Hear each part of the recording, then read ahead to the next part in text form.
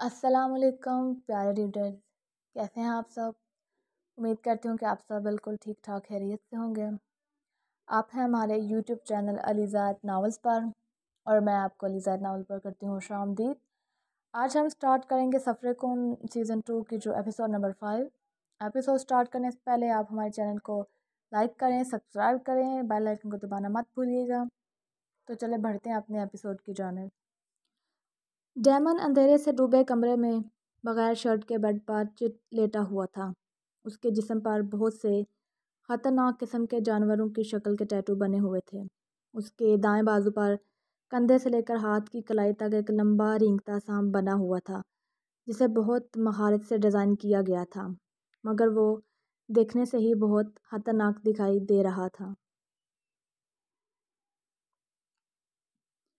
اسی طرح اس کے سینے پر بھی کچھ ٹیٹو بنے ہوئے تھے، جبکہ بائیں بازو پر بھی جگہ جگہ ٹیٹو موجود تھے۔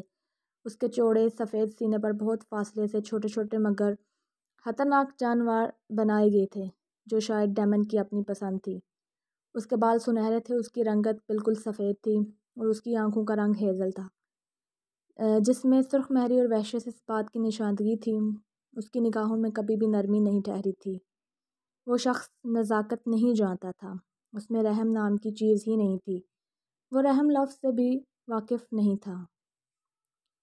وہ اتنا خطرناک اور بے رحم شفاق شخص تھا جس نے اس مافیا گینگ پر پچھلے 12 سال سے حکومت کی تھی، اور ابھی تک وہ ایک پورے کنٹرول کو ہینڈل کیے ہوئے تھا، جو اس کے لیے بہت نارمل بات تھی۔ اس شخص کی آنکھوں میں کبھی بھی خوف نہیں ٹھہرا تھا، اس شخص کو کسی بھی چیز کا خوف نہیں تھا، وہ تو اپنے خدا کو بھی نہیں مانتا تھا، بے شک وہ ایک عیسائی تھا۔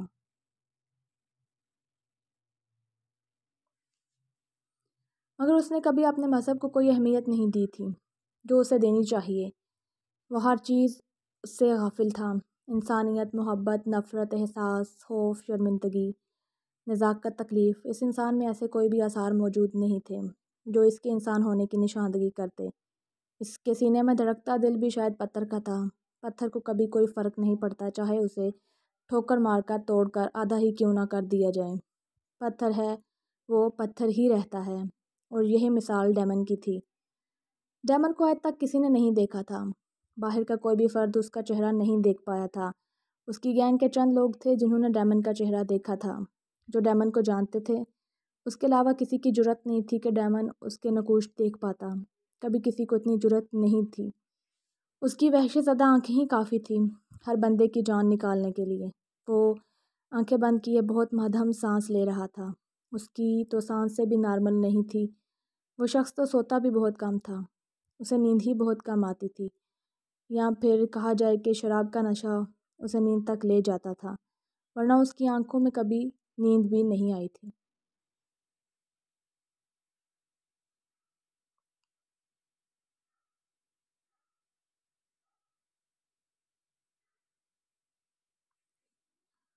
اس کے ذہن کی سکرین پر ایک دم سے کل ہونے والے منظر ابھرے۔ ایک پال کو اس کے ذہن میں وہی ڈری سہمی بری آنکھوں والی لڑکی کا عکس چمکا۔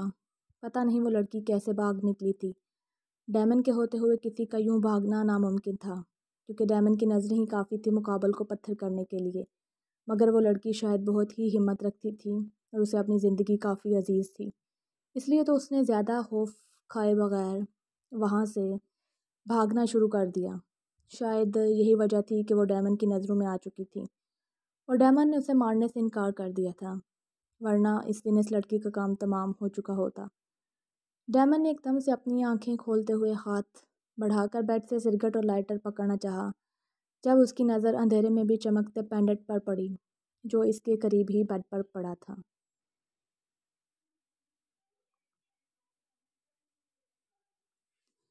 اس میں موجود ایک چھوٹا سا ڈائمنڈ چمک رہا تھا، اور اس میں ایم اور اے 2 حروف موجود تھے، جس میں چمکتا ہوا صاف دکھائی دے رہا تھا، مگر صرف اندھیرا ہونے کی وجہ سے۔ شاید وہ پینڈنٹ اندھیرے میں اپنی بھرپور خوبصورتی لیے چمکتا تھا، یہ بات واضح کرتا تھا کہ اس کے اندر لکھے گئے حروف کیا ہیں۔ ڈیمن اس ایک نظر اس پینڈنٹ کو دیکھا اور اگلے ہی لمحے اس نے نظریں ہٹا لیں۔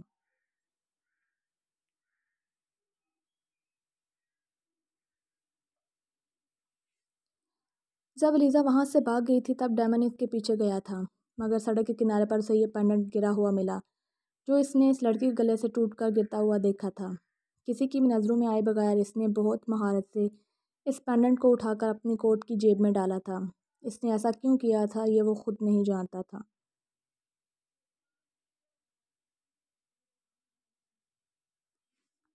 علیزہ کے چلے جانے کے بعد اس نے گہری اور سرد نظروں سے اس راستے کو دیکھا اور پھر اس کی نظر اس پینڈنٹ پر پڑی جو قریب ہی زمین پر گرا ہوا تھا۔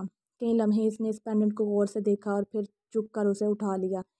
اس سے پہلے کہ وہ اسے اپنی نظروں کے سامنے کر کے دیکھتا، اسے پیچھے سے ایلیا اور رائز کی آواز سنائی دی، جسے سنتے ہی اس نے اس پینڈنٹ کو اپنی کوٹ کی جیب میں ڈالا اور اپنا رخ پلٹتے ہوئے انہیں گاڑی میں بیٹھنے کا اشارہ کیا۔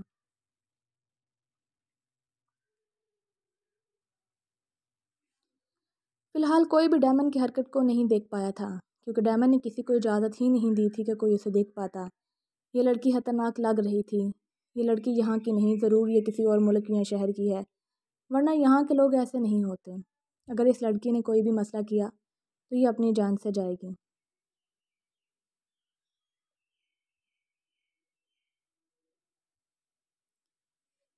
ڈیمن اس پینڈنٹ کو سرد بھری نظروں سے دیکھتا اپنا سگریٹ پکڑتے لائٹر جلا کر سلگاتا اٹھ بیٹھا اور گہرے گہرے کش لیتا اسے اپنے سینے میں اتارنے لگا۔ اس نے یہ پہلی بار کیا تھا، آج پہلی بار وہ اپنی عادت کے برخلاف گیا تھا۔ اس کے سامنے آنے والا کسی بھی شخص آج تک نہیں بخشا تھا۔ ان کی گینگ کو دیکھنے والا شخص کبھی بھی دوسرا سانس نہیں لے پایا تھا، پھر وہ چاہے بے قصور ہی کیوں نہ ہو۔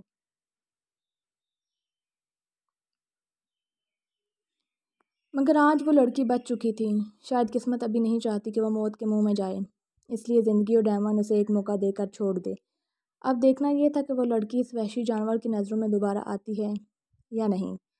اس کی زندگی کی ڈور اب شاید اس کے ہاتھ میں بھی تھی، جس سے بچانے کے لیے وہ ڈیمن کی گینگ سے دور رہنا ہی بہتر تھا۔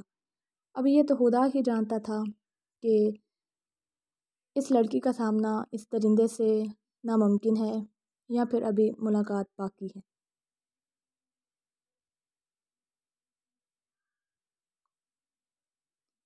مقدم کی آنکھیں اپنے قریب ہوتے ہلکے پھلکے شور کی وجہ سے کھلی تھیں۔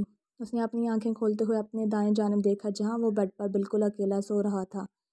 اس کے قریب کوئی بھی موجود نہیں تھا، اور پھر اس نے گردن گھما کر دوسری جانب دیکھا جہاں سامنے ہی علیزہ صوفے پر بیٹھی سامنے ٹیبل پر لیپ ٹاپ کو رکھے تھوڑا سا آگے ہو کر اس کی طرف جھکی لیپ ٹاپ کی طرف دیکھتی ہنس ہنس کر کسی سے بات کر رہی تھی اور ساتھ بہت کیوٹ سی شکلیں بھی بنا رہی تھی۔ عبداللہ تو میرا چھوٹا سا شہزادہ ہے، ماما بس کچھ دنوں میں واپس آ جائیں گی، پھر ماما اپنے شہزادوں کو اپنے پاس رکھیں گی، پھر اپنے شہزادے سے پوچھیں گی کہ انہوں نے بی جان کو اتنا تنگ کیوں کیا۔ علیزہ دونوں ہاتھ آپس میں جوڑے لیپ ٹاپ کی سکرین پر چمکتی عبداللہ کی تصویر کو دیکھتی اس سے باتیں کر رہی تھی، جبکہ اس کی آواز سنتے ہی عبداللہ زور زور سے کھلکھلا رہا تھا اور اپنے ہاتھ پاؤں مارتا موبائل کی سکرین توڑ کر اندر جانے کی کوشش کر رہا تھا۔ وہ علیزہ کے پاس جانا چاہتا تھا تو اسے اپنے ماں کی طلب تھی۔ اب عبداللہ کو علیزہ کی عادت ہو چکی تھی، وہ ایک سیکنڈ بھی اسے پہچان لیتا تھا۔ اس کی آواز تو جیسے اس نے حفظ کر رکھی تھی، وہ اپنی ماں کی آواز کو بہت جلدی پہچان لیتا تھا۔ اور اب جب علیزہ اس کے سامنے ویڈیو کال پر اس سے بات کر رہی تھی تو وہ بار بار اسکرین پر ہاتھ مارتا شاید اس کے پاس جانے کی بھرپور کوشش کر رہا تھا، مگر افسوس اگر اس کے بس میں ہوتا تو وہ ایسا کر بھی لیتا، مگر وہ ایسا کر نہیں سکتا تھا، وہ اس طریقے سے اپنی ماں کے پاس نہیں جا سکتا تھا۔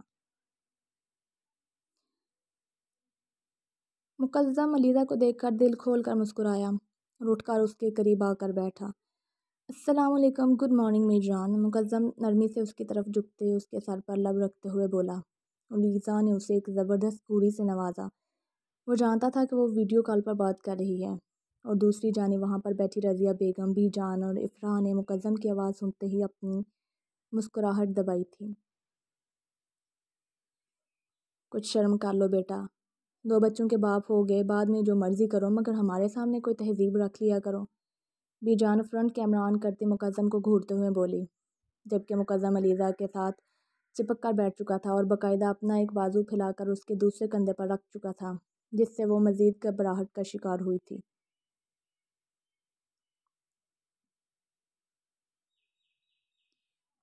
ایک تو وہ مقدم کی بے باک حرکتوں سے بہت تنگ تھی۔ کیا کروں بی جان، اب آپ نے اتنی خوبصورت بیوی دی ہے تو میرا فرض بنتا ہے کہ آپ کے سامنے اس کی قدر کروں۔ مقدم نے بے شرمی سے مسکراتے ہوئے لیزا کو کھینچ کر اپنے ساتھ لگایا، جس پر ایک سیکنڈ کے اندر اس کی گال دہک گئے۔ انہوں نے نہیں دی، آپ نے زبردستی نکاح کیا تھا مجھ سے۔ لیزا نے اسے گھوری سے نوازتے ہوئے یاد دلانا بہتر سمجھا تھا۔ تو تم نے اس سے زبردستی کا نکاح کیا تھا کیونکہ یہ اس کا واحد تیر تھا جو وہ مقدم پر چلاتی تھی، جو وہ کبھی نہیں بھولتی تھی، اور آج شادی کے 1 سال بعد وہ مقدم کو زج کرنے سے باز نہیں آ رہی تھی۔ جو بھی ہو بیگم، لیکن بعد میں تو انہوں نے لا کے دیا تھا نا، پوری طرح دلہن بنا کر میرے ہی سپرد کیا تھا۔ ان سب میں ان کا ہی ہاتھ ہے، یہ سب ان کی بدولت ہے، تو پھر مجھے چاہیے نا کہ میں ان کو بتاؤں کہ میں ان کی بہو پلس بیٹی سے کتنی محبت کرتا ہوں۔ مقدم ابھی بھی باز نہیں آ رہا تھا۔ تم ایک بار پاکستان آ جاؤ بچے، ہم تمہیں اچھے سے بتائیں کہ محبت کرنا کسے کہتے ہیں۔ بی جان تھوڑے غصیلے بھرے انداز میں بولی، جبکہ افراح اپنی مسکراہٹ دبانے کے چکر میں سرخ پڑ رہی تھی، جبکہ رضیہ بیگم اور افراح کی والدہ کا بھی یہی حال تھا۔ بی جان کی بات سنتے ہی مقدم سر جھٹک کر ہنس دیا، وہ جان بوجھ کر ایسی حرکتیں کرتا تھا۔ بی جان میری شہزادی کی طرح مجھے سے دیکھنا ہے۔ مقدم کے بولنے پر بی جان نے بیک کیمرہ آن کیا اور اسے عنایہ کی طرف گھمایا، جو ہاتھ میں کوئی کھلونا پکڑے اسے دونوں ہاتھوں میں گھما رہی تھی، اور اپنے اس کام میں وہ بہت مگن تھی۔ میری چھوٹی سی شہزادی، میری جان، بابا مس یو سو مچ۔ مقدم عنایہ کی طرف دیکھتے ہی لیپ ٹاپ کو اپنی طرف گھسیٹتا مکمل طور پر اس کی جانب متوجہ ہوتے ہوئے بولا۔ اپنے لہجے میں تمام جہان کی محبت سموئے اس کے معصوم چھوٹے سے پھولے پھولے چہرے کو دیکھتے ہوئے بولا، جبکہ مقدم کی آواز سن کر عنایہ نے فوراً سے اپنی آنکھیں دائیں بائیں گھمائیں۔ شاید وہ مقدم کو ڈھونڈنا چاہ رہی تھی، مگر اسے وہ اپنے آس پاس دکھائی نہیں دیا۔ بابا ادھر ہے میری جان، ادھر دیکھو۔ مقدم نے دوبارہ اسے اپنی جانب متوجہ کیا اور بی جان نے فون کی سکرین عنایہ کی طرف کی،